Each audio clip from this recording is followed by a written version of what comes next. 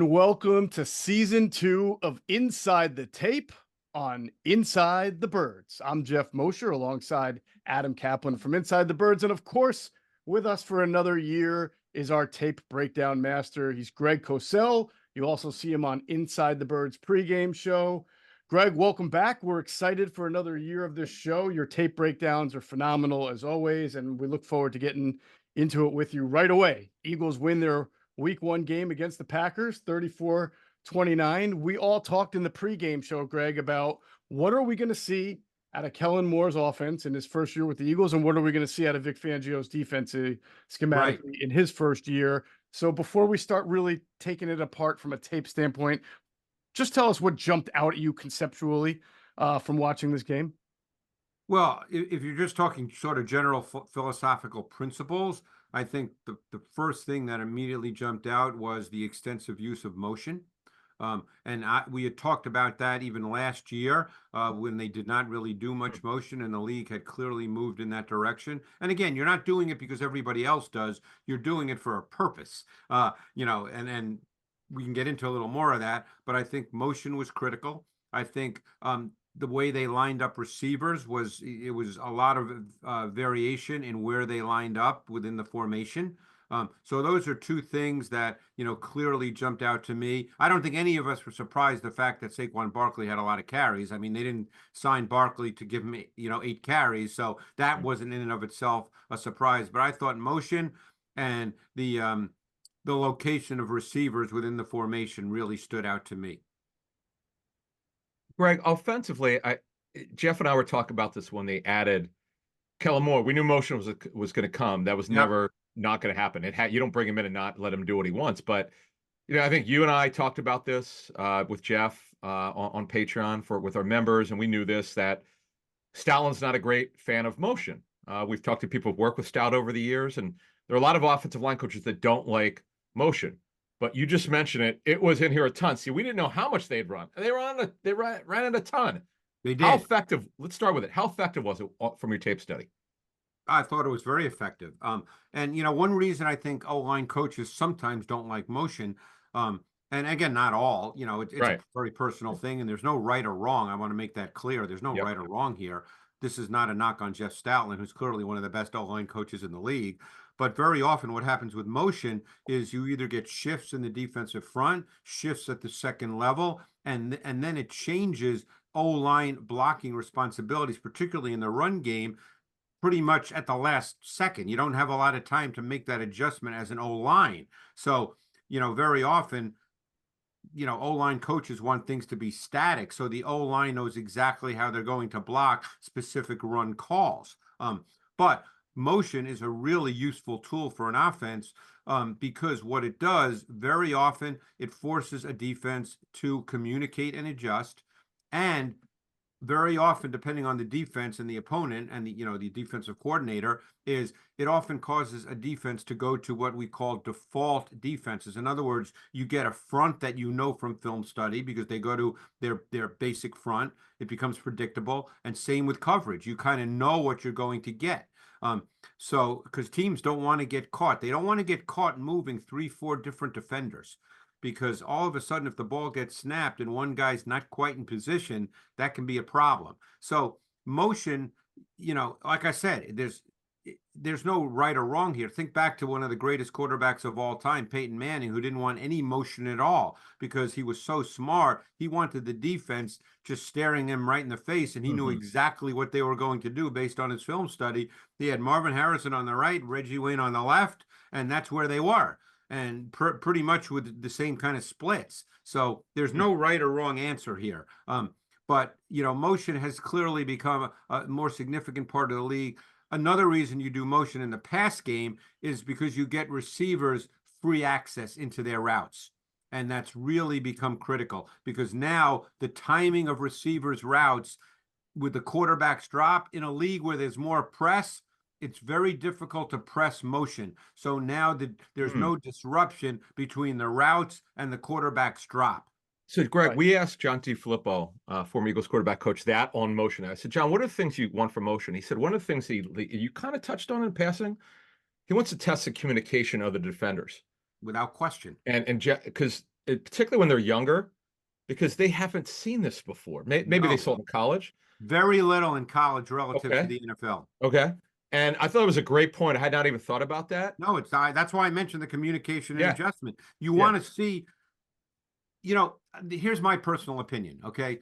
And again, there's no right or wrong, but I've always felt that the really good coordinators in the league, offensive coaches, the Kyle Shanahans, the McVays, they do things in the first quarter to see what the reaction of the defense is because they view it as a 4-quarter game. In other words, they're not just calling individual plays hoping that it's a cool play. Now, there's nothing wrong with that every once in a while, obviously.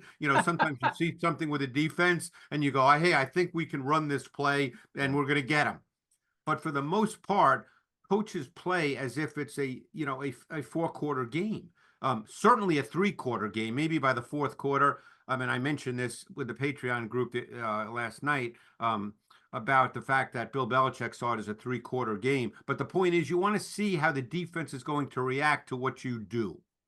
And you want to see their communication. You want to see their adjustments. Then you say, okay, we can take advantage. Now we know that this particular motion, here's how they're going to react. Are they going to match up man to man? Are they going to run with someone? Are they going to bump the second level players? Are they whatever they do, you're seeing it. And now you have a sense of how you can call certain things going forward. Yeah, someone asked you in our Patreon chat with you, Greg, why is it that the Eagles defense always seems to be foiled by motion, right? More so than other teams. And to your point on communication and knowing each other, well, the Eagles have had 3 different defensive coordinators in the last 2 years and 5 in the last 4 years, not to mention a different set of starting linebackers every year and a different set of starting safeties every year, and at least 1 of 2 starting corners every year. So there's the answer right there. I'm curious also if you felt the Eagles some teams use motion like the Shanahans to help their run game a lot, or Mike McDaniel in Miami. Did it jump out to you that motion helped them more in the pass game than the run game, or one over the other? How did you see that? Well, I think they had close to 20 dropbacks in which there was motion. So they obviously felt that it was effective in the pass game as well. And I think they had about 20 rushes where they had motion as well. So wow, that many. Okay. Clearly, Kellen Moore feels that it's now again, we know he's going to use motion. You never know though how much in a given week, you don't know what he's going to do against Atlanta on Monday night. We know what he did against Green Bay. Don't forget Green Bay had a new defensive coordinator in Jeff Hafley, who had been in the league before, and the way he plays is pretty well known to coaches around the league. You've often heard me say that coaches coach against coaches. Hafley is somewhat of a known commodity. So, we don't know how he's going to, what he's going to do defensively against Atlanta, where I think it's Jimmy Lake is the defensive coordinator. Right. And, he hasn't been in the NFL for a lot of years now. He was at the University of Washington for a long time. I'm sure he's somewhat of a known commodity to NFL coaches, but it's different when you get into the NFL because the field's different with the hash mark. So, we don't know if what he did last week against Green Bay will be a template going forward, or will be more, will it be less? That's why the first game, you always have to be a little bit careful in making definitive statements. Absolutely. Really quick, because we'll go back to offense and we'll go through a couple of clips and things like that. But defensively, what jumped out to you from a big picture standpoint? I mean, defensively, I guess what stood out to me more than anything was individual players. They did not, just from a coverage standpoint, they did not play a high percentage of man. They played, surprisingly, cover 3 was kind of I think it might have been their most played coverage. They didn't play as high a percentage of 2-shell coverage as I might have expected given Vic Fangio. But again, he's evolved a bit over time. Certainly you're going to see 2-shell structures, but I'm not sure that that's what he's going to do exclusively. I think he's kind of evolved because the league has evolved. But in terms of defense, I was struck, by a lot of individual players, and I was struck by the linebackers. I thought Zack Baun I thought he played a really good game overall, but he really stood out to me in the run game, which quite frankly surprised me because as we discussed before, he was never really a stacked backer either at Wisconsin or with the New Orleans Saints. So he was playing a new position, and obviously he played it through OTAs and training camp. But still, now you're in a game. That's different. I also thought Nakobe Dean jumped out a little bit. He's got a great feel for playing downhill. He's shooting gaps. That's his game. I would say it's the first time I felt like he looked a little bit like he played at Georgia, which is a good sign. I thought Quinyon Mitchell had a phenomenal game. I thought he played at a really, really high level. I think it was Watson he ran with in off coverage man on one play, but I thought in zone coverage, he had a great feel for route concepts. Don't forget, there's always gray areas in zone coverage. Otherwise, everybody play the same zone if there were no gray areas in a particular zone coverage. But I thought he had a great feel for the gray areas, how to deal with the conflict that's presented with routes. I thought he played with excellent eye discipline. I just thought he played really, really well. Greg, let's get back to offense, right? I mean, that's sure. We'll start there, and then we'll get over to the defense. And you mentioned that the motion will cause the defense to react, right? It can, Okay, let's get into that. First of all, did you see it, the reaction? And one of the things that stunned me, because I thought Will Shipley looked pretty good in training camp. You could clearly say he's more explosive than Gainwell. Gainwell's clearly ahead of him. But I just thought it was so interesting to see the way they use Shipley on motion. I just didn't see that coming. Yeah. On those plays, I guess they played they played only about 4 or 5 of them, but they played snaps of the pony package with Barkley and Shipley. I would have to believe that you'll see that more as the season progresses. Yeah, how about that? Both can be deployed as motion backs. Both can be detached from the formation. So I think that's a package that is just starting. I think you'll see a meaningful, when I say meaningfully more, I'm not saying you're going to see 25 snaps of it a game, but I think they did it 4 or 5. Jeff, do you know the answer to that? I think it was about 4. 5. I think it was 4. Yeah, 4. Yeah. Shipley and Barkley, yes. Yeah, and I think you'll see more of that because, like I said, both can do whatever is required, in that particular package. Well, since we're on the subject, why don't we break it down? I will bring it up right now.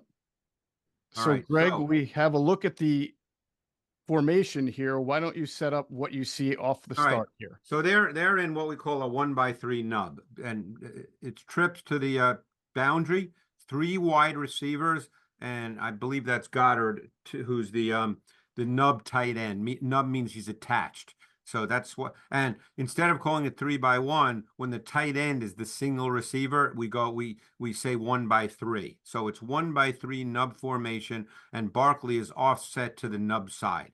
I think everybody can see that. So now what they're going to do is they're going to put Dotson, who's number 3 to trips, number 2 to trips, meaning he's the way numbers are with receivers, the furthest outside receiver's number 1, the next guy's number 2, the next guy's number 3. So Dotson is number 2 here. He's off the ball right now, which means he can motion. So what he's going to do is he's going to go in orbit motion and look at the linebacker to that side, number 58, McDuffie. Notice how he moves inside with Dotson, okay? That's critical for a number of reasons, okay? We'll get to those reasons.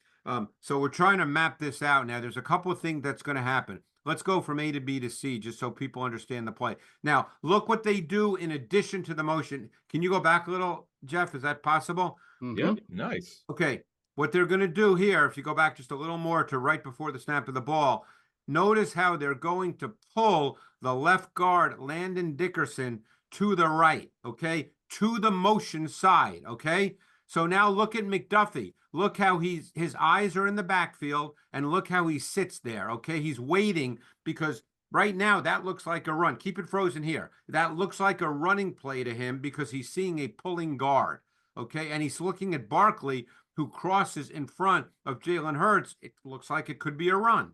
Now let's go to the 2 receivers that are remaining to trips. That's Devonta Smith, who's now number 2, and A.J. Brown, who's number 1. They are basically lifting coverage. They're not involved in this play. They are lifting the corner and the inside defender, Xavier McKinney, who's a safety. They're just lifting those guys out of there, okay? So now what's going to happen is this is basically a read. It's a 2-receiver read. It's to Barkley on the wheel route. And what was interesting about this play, Barkley released inside of Jordan Mailata. You rarely see that.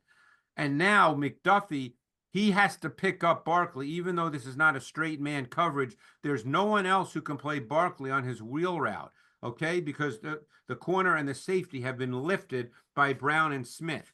Now, so the first read is Barkley. Let's say McDuffie played this exceptionally well, and that throw was not there. It is there, obviously, as fans know, because it was a touchdown to Barkley. It's a read from Barkley on the wheel to Dallas Goedert from the other side on the shallow cross. So it's a wheel shallow cross read. So if Barkley was beautifully covered, you're going to get Goedert wide open on the shallow. Okay, you see the middle. Can you see that? Yep. So that's the read. But Barkley's open because McDuffie reacted, number one, to the motion by bumping inside, and number two, to the pulling guard, and that kept him inside. This is the NFL, guys. All he needs to be inside for is half a beat, and he's going to be late. That's a great throw, at the difference right there. Great throw. By the way, not a bad job by McDuffie to get that. I mean, really recover. But that's all you need. Yeah. It's a great ball. Obviously, Jalen threw a great ball here. So, but that's the play, and this was designed. And this is a great example of how the use of motion, impacts. Now, they obviously blitzed the Mike backer, but that wouldn't have changed anything about this play, even if he didn't blitz. Excellent. There's a little bit of a throwback element to this play, obviously, because of the drop by Jalen. Right. It's a really cool play. Game of inches, right, Greg? Oh, you always say it's a game of inches? Look at that. Oh, my, yeah, look at that. Inches. Wow. I didn't, see, we didn't get that view during the game. That view tells you how tight. I didn't know it was that tight. Wow. Yeah. That's the NFL. Those are throws you got him. That was the play. Now, if Jalen didn't feel comfortable throwing that, like I said, he has Goedert in his vision right in front of him on the shallow crosser. Excellent stuff there. So that was a well-designed play, an example how using motion got a player just a little bit out of his comfort zone, the linebacker, and they were able to get Saquon Barkley just enough space. And the pulling guard, the run action, right? Just holds McDuffie. Like I said, you saw the game of inches there. He just gets held for half a beat. That's all you need. Now I'm sorry. Go ahead, Adam. I was just going to say, it's always interesting on plays like that when you talk to coaches and they talk about how they ran it in practice and they see the defense's reaction. That's a big reason why it's ran in the game, because they run it in practice and it works. It's not like fans sometimes think, oh, they just brought out their playbook from 6 months ago. No, I think they ran it during the week, folks. Right. It's kind of funny. Yeah. But no, that was a beautiful play. Nice work. We've talked about Shipley versus Gainwell, all summer. We know that Gainwell is well liked by the coaches, good pass protector and stuff. But Shipley's so much faster, Greg. And isn't it funny? He was the motion man on those 4 plays instead of Gainwell. Yeah, I really like Shipley's tape coming out of Clemson. He's a really good football player. It's just that he's not big enough to be a foundation back, but he's a really good runner. And he's a physical runner, even though he's not powerful because he's not 220 pounds. He's physical, he's tough, and he's an excellent receiver. He kind of fits exactly what the Eagles want to be. So that's why I believe that we will see more of this 21 pony package as the season progresses. And you'll start seeing things off of it. It won't just be what they did in the game against the Packers. Sure. All right, here's a play with Shipley, as you mentioned, the 21 package, the pony package, as some say. Shipley and Saquon Barkley in the backfield. You start to see Shipley motion here from right to left. Greg, why don't you set up what you're seeing?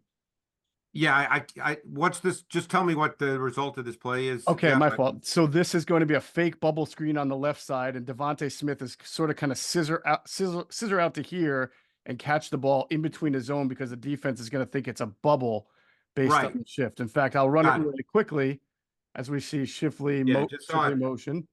I mean, obviously, got it. Yeah, looks like he's the bubble receiver. Yeah.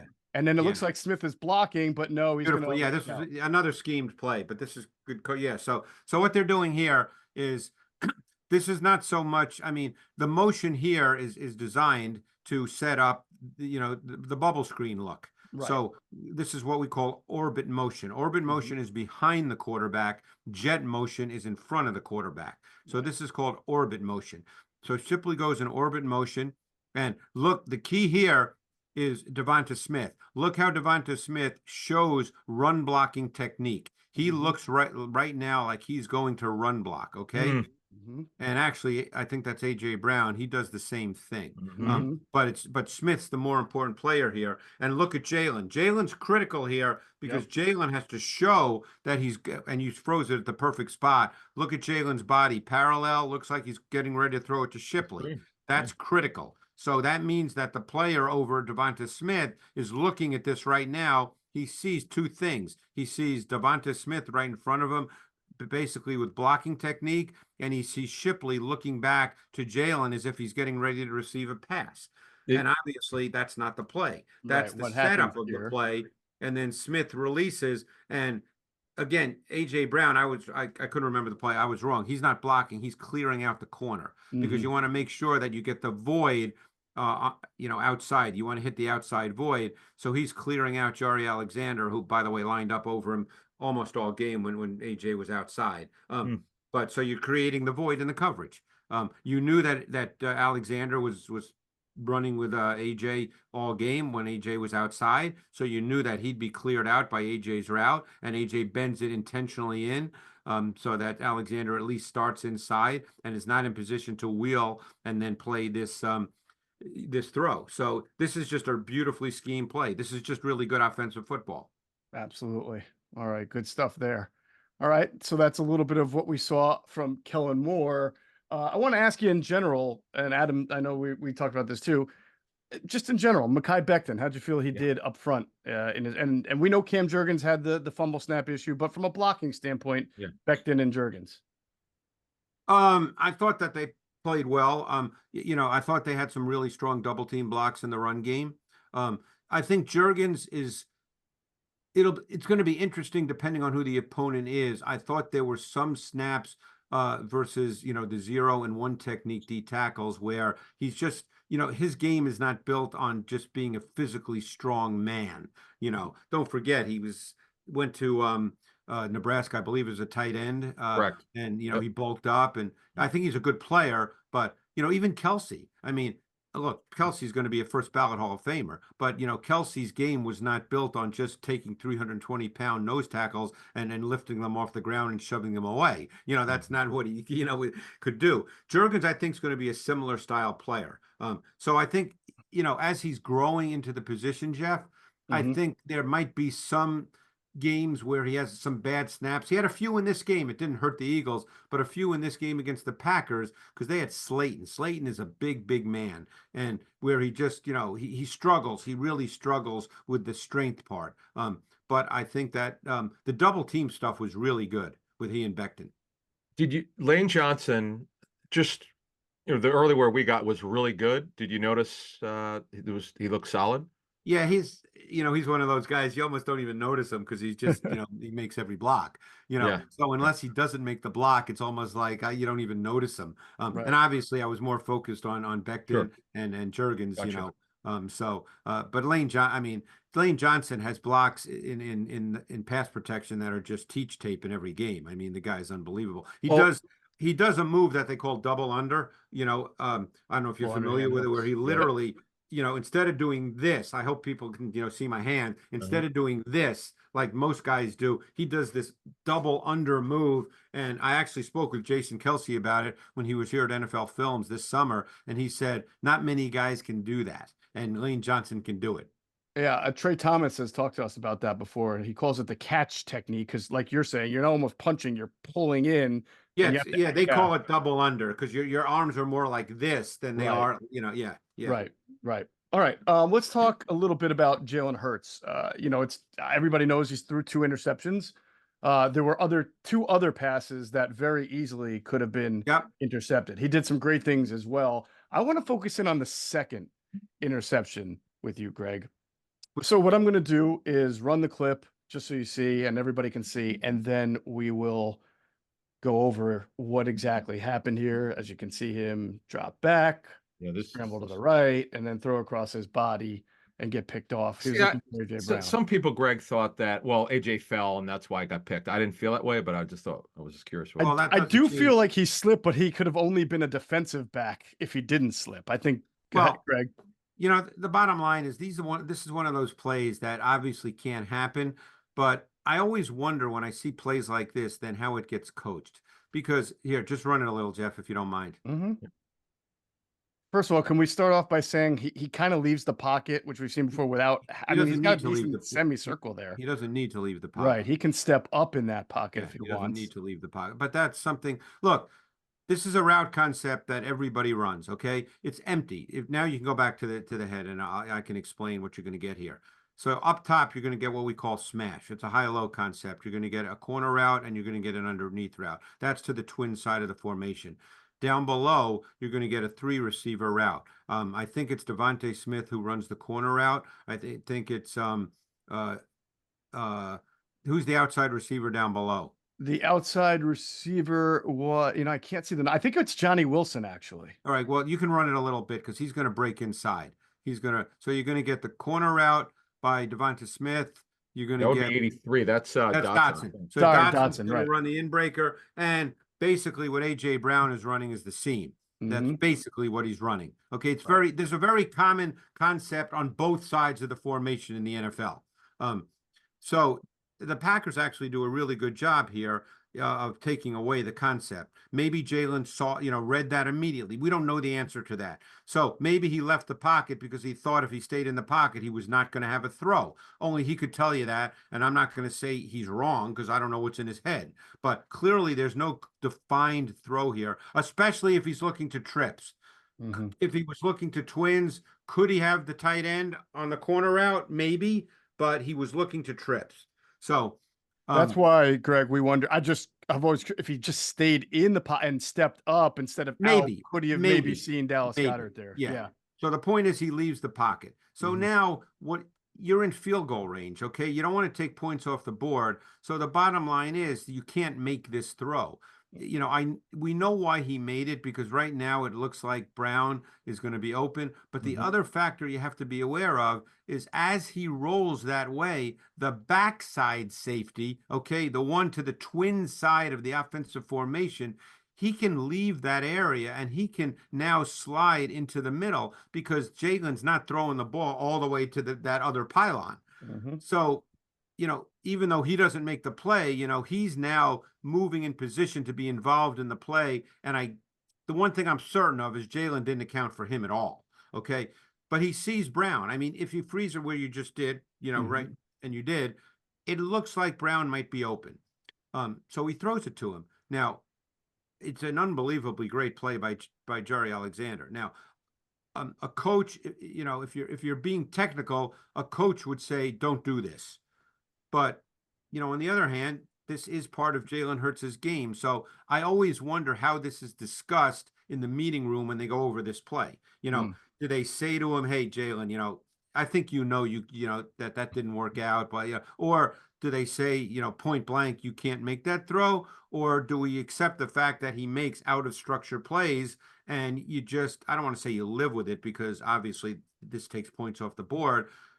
So I don't know how it's dealt with, but obviously it's not the result you're looking for, Yeah, I mean, we've all watched the tape and we've talked tape breakdown with you. I think in Jalen Hurts' career, we've said that out of structure plays where he's making a throw on the run while his feet are set or in the direction he's running, he's been able to make, but correct, not those kind of throws across your body when your momentum is going the wrong way. Yeah. Right. And the other thing too is when you're making this kind of throw, you lose vision a little bit because you're really running hard and throwing across your body. So you kind of lose vision. Right. I mean, his hips are basically facing the sideline, as it's releasing here, as you see that there. No way it's going to complete that. Yeah, my guess is he knows that this was, not what he should have advised. Correct. Ill advised. I like that. All right. So that was a little bit of our offensive good and offensive bad. Real quick, we mentioned this, and I don't want to go on to defense without it, but Saquon Barkley kind of gave you a little bit of everything. Gave you explosive runs, right? Gave you a nice catch. He gave you some runs where you felt like he left some meat on the bone. There were probably 5 or 6 runs where he got less than 3 or 2 yards on them. And I'm not talking about goal line. But then in the fourth quarter, there was a really nice 9-yard run where he dragged a couple of people. Yeah, that was my favorite Barkley run because, patience, vision, short area burst. He got skinny through a small crease. He finished with strength and leg drive. We know he's capable of big plays, and he'll make those. And obviously they matter in the NFL, so I'm not suggesting that those don't matter. But you nailed it, Geoff. you know, he'll always leave some meat on the bone because despite his size and the fact that he, you know, looks like Tarzan and can, you know, deadlift 9 million pounds, he's not really a true power runner in a strict sense.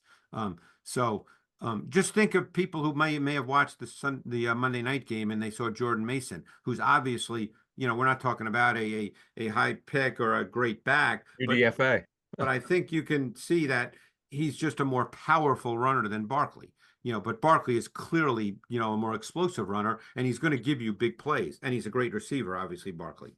All right, we will move on to defense. Have a couple of clips, but let's get an overall. There are a couple of guys. You mentioned who stood out. Quinyon Mitchell stood out. Zack Baun stood out. We'll talk about him. How about Moro Ajomo in general? He had a nice pass rush in the fourth quarter, but in general, Sure did. That forced the field goal. Strong Yeah. inside rush versus the right guard Ryan. Yep. Yeah. It's weird how their defense looked really good at times. You know, they turn the ball over twice and get two big red zone stops, and then in between the 20s, not so great. I know you always say run defense. Some coaches that there's not a rhyme or reason all the time. What was your overall assessment there? I didn't think the D line overall played particularly well. Again, I don't know if it was the field. You know, we'll have to wait and see on that. But I don't think the D line played particularly well. You know, that was, besides the good stuff, that was a definite takeaway. Gotcha. So yeah, so besides the individual players, I thought that was probably my biggest takeaway. They're going to have to be better both in run defense and in rushing the quarterback. Greg, when you talk about rushing the quarterback, let's start with Bryce Huff, because I know a lot of people are like, where was he? What happened? Vic Fangio was asked about it on a Wednesday about, you know, his playing time and why Brandon Graham's playing more and all that. What were your thoughts on Huff in that game? I mean, I don't think you really saw a lot from him as a pass rusher. And I think in his career, you know, it's one game. So in his career, he's shown himself to be an excellent pass rusher. The question, and, you know, the three of us have discussed this in the offseason when they signed him, was number of snaps. He's never been a guy who's played more really than 20, 22 snaps in games. I'm sure he has games where he's played more, but that's basically what he's been. He's been a designated pass rusher, and he's been one of the best in the league at it. The Eagles obviously signed him to play more than that. So the question is, how will playing give or take 50 snaps, if indeed that's the way it plays out, how will that impact his ability as a pass rusher in those critical high leverage situations when you need pass rush? We certainly don't know the answer to that yet. Yeah, I was wondering if you felt all the slipping, even from a tape study standpoint. Yeah, you saw it, so you don't know. You know, I mean, it's hard to know. Right. But it was clearly there, so that's why we need to see more. So, Greg, Zack Baun, we know he had a great game. Well, he had a lot of tackles, 2 sacks. Also, he helped cause a turnover. What did you see on the Jordan Love interception? Well, that was part of what we call a sim pressure. So people understand what a sim pressure is. A sim pressure is where you rush for one of the rushers is a second level player and a first level defender drops into coverage. On this particular interception by Blankenship, Baun was actually aligned on the edge on the ball. So he was actually a first level defender on this play.